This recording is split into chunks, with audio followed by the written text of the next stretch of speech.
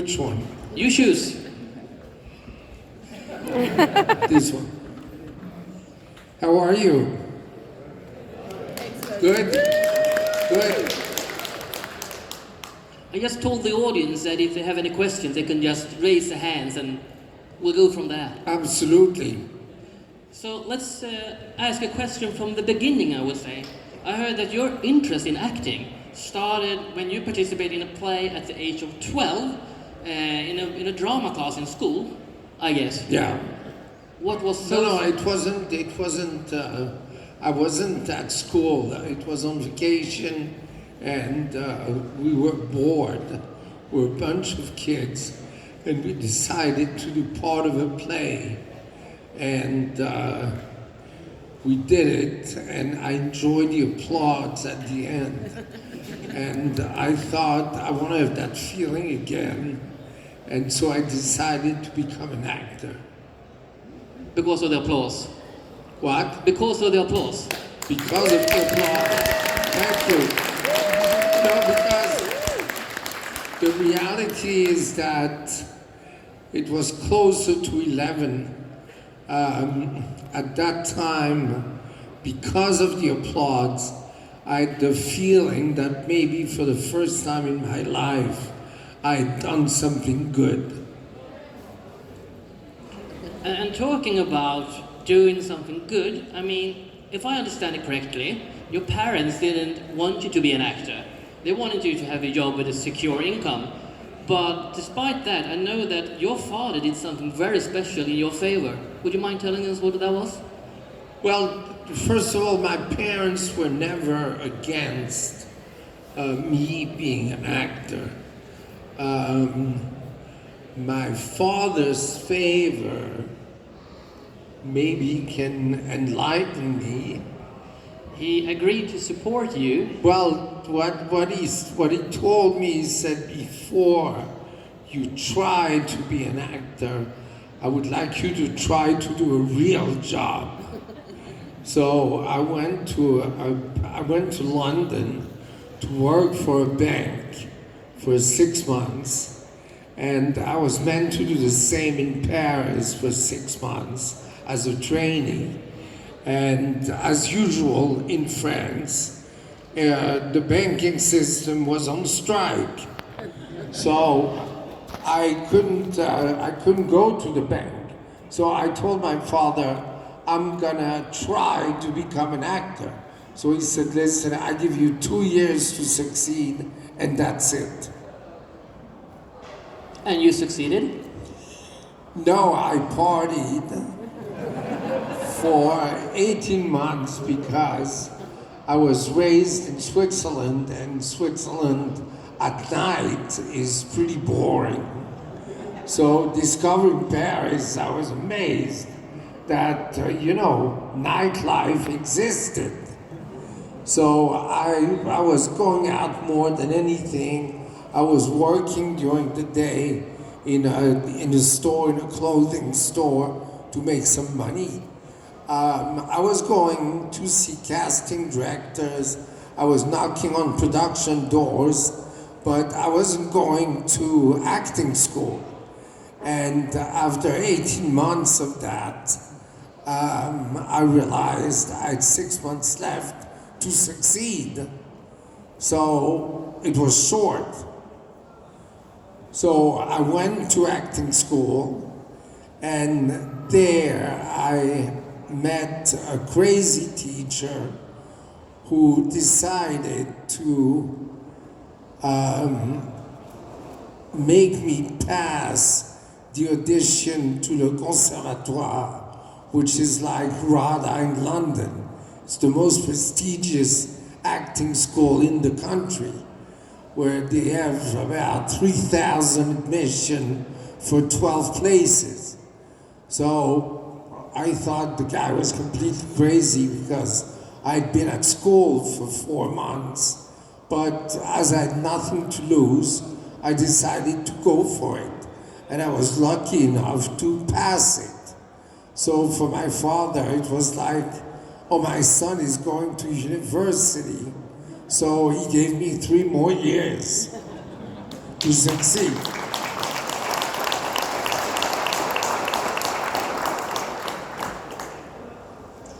I know that you've done some French films prior to the part as Tarzan in Greystock, The Legend of Tarzan.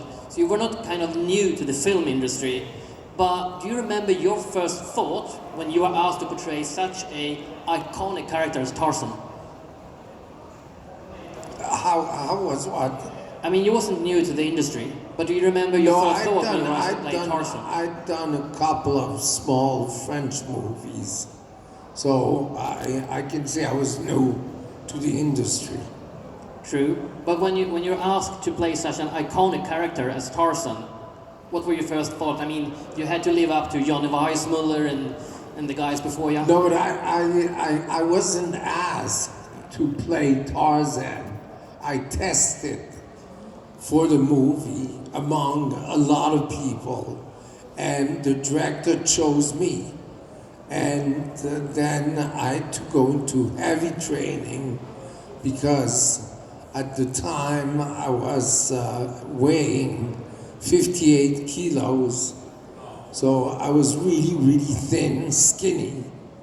And when the casting director looked at me and said to the director, "You should test this guy," the director thought she was crazy because I had big glasses, I was as skinny as a matchstick, but the director tested me, and after the test, he said, "That's the guy I want to take."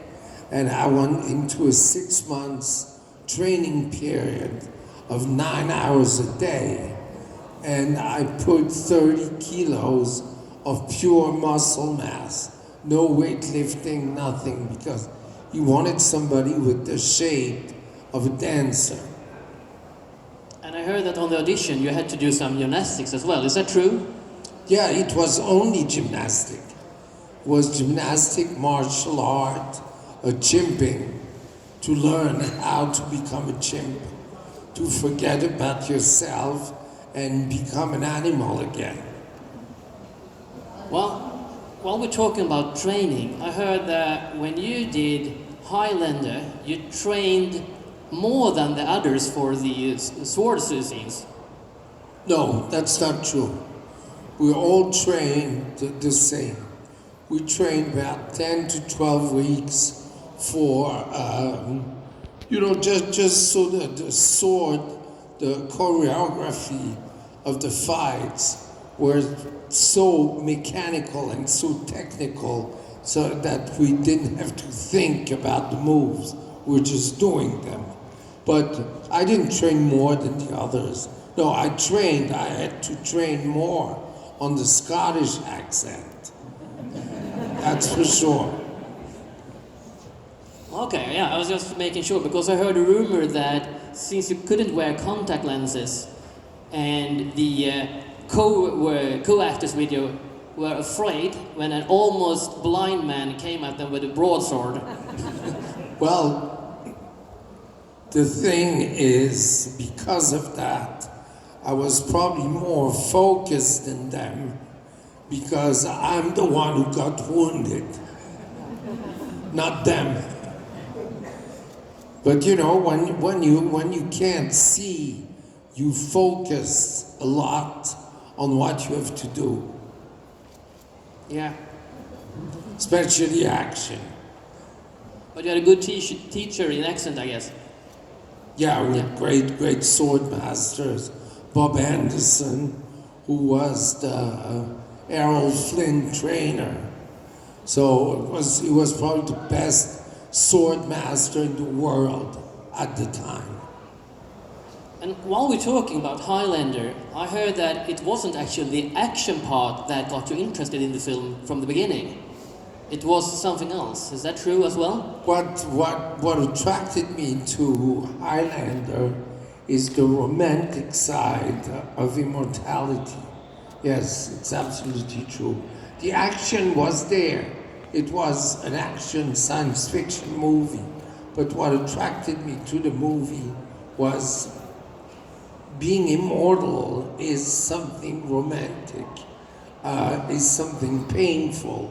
It's something difficult to grow with because through the ages you see all the people you love die. And that's difficult to cope with. True. And I think that is worth an applause, isn't it? Thank you. And while we're talking about Highlander, I know that you initially signed up for 2 films, and that makes me wonder, Highlander 2 wasn't that good of a movie, so how come you choose to sign up for number 3? I wouldn't say that Highlander 2, if Highlander 2 hadn't been called Highlander 2, the movie itself was a good movie. The problem is that the movie wasn't the sequel to number 1. I had to do number 2 because I was signed. Number 3 is the real sequel to number 1. So that's why I did number 3 and number 4. Because number 3 was what number 2 should have been. And if you agree, I think you should applaud. Yeah, you see. If you agree, only. Small applause. Let's stick with Highlander for one more question, because I heard that Chad Stahelski, sorry for the expression there, the director of the John Wick film, has been rumored to create a reboot of Highlander. Do you know more about those rumors than we do? No, absolutely not. I know absolutely nothing about a possible new Highlander, about who the director is. I know they've been working on something for the last 8 years with no result, but I have no idea where it's at. And so I can't tell you anything about it. And if you get a question to be a part of it? We'll see. We'll see. Do you have any questions from the audience? Yeah, we got a question from the audience.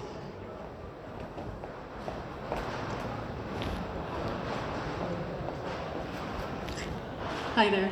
Hi. So I was wondering, what did you think about the TV show? Listen, I was offered the TV show. I didn't see myself doing 6 or 7 years of the same characters with the sword fightings and everything. So I just decided to do the first episode as a transmission to Duncan MacLeod. No, I thought the TV show was extremely well made. I enjoyed it. I mean, the few times I've seen the TV show, I enjoyed it. And I think Adrian Paul did a very good job. Yeah, totally worth an applause. Well, when you were approached about the role in Mortal Kombat, did you know anything about the game at the time? Yes, of course. I played the game.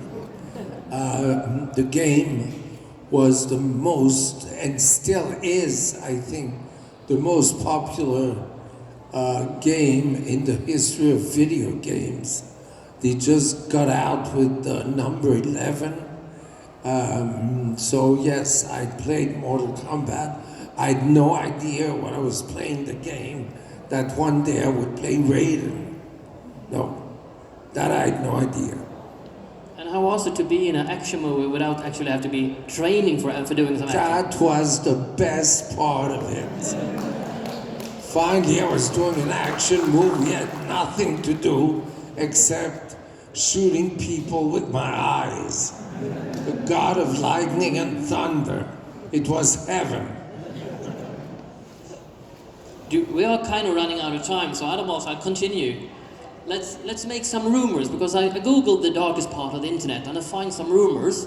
So let's just see whether they are true or false. I heard that Timothy Dalton in James Bond in The Living Daylight, but I heard that you were actually director John Glee's first choice for that part. No. No. No, false. Cool. And the next one is Martin Riggs in Lethal Weapon is played by Mel Gibson. I heard that you were offered that part as well. False. Thank you for making sure that the internet, you can't trust the internet. Fake news.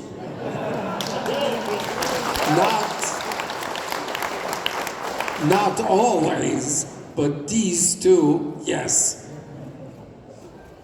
And as a final question, I saw you're filming Someone Dies Tonight, and you have 3 other films in pre-production. Are you allowed to talk about these projects? So, Someone Dies Tonight, I just finished. It's in post-production, so it's not gonna be out for another at least 9 months to a year. I play a kind of mafia boss. Active project, an American picture called Last Party that we're gonna start shooting next year.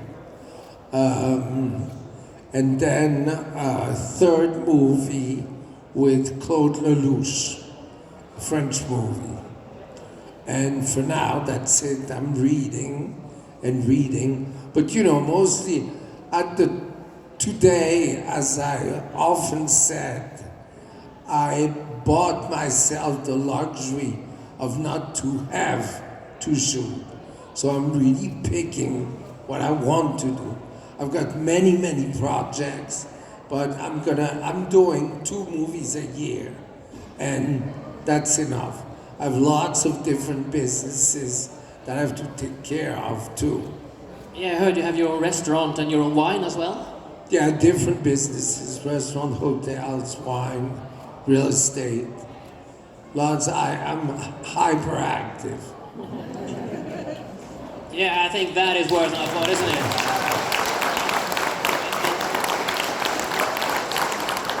And just because I'm very, very, very curious, I have one final question. Because if we look back at some of the highlights of your early career, you first did Tarzan in Greystoke, The Legend of Tarzan. A year later, you did Fred in Luc Besson's Subway.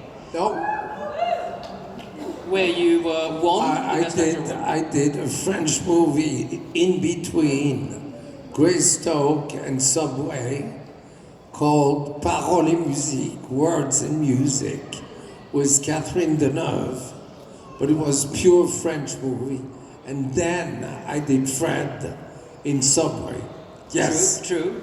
And in Fred in Luc Besson's Subway, you won the Best Actor award. Mm-hmm. And a year later, you portrayed Conor McLeod in Highlander. I mean, that's 3 kind of intense years. How did your life change during these 3 years? Well, as a person, I stayed, I always thought it was simpler to stay yourself than to change. So I just stayed what I was, means me.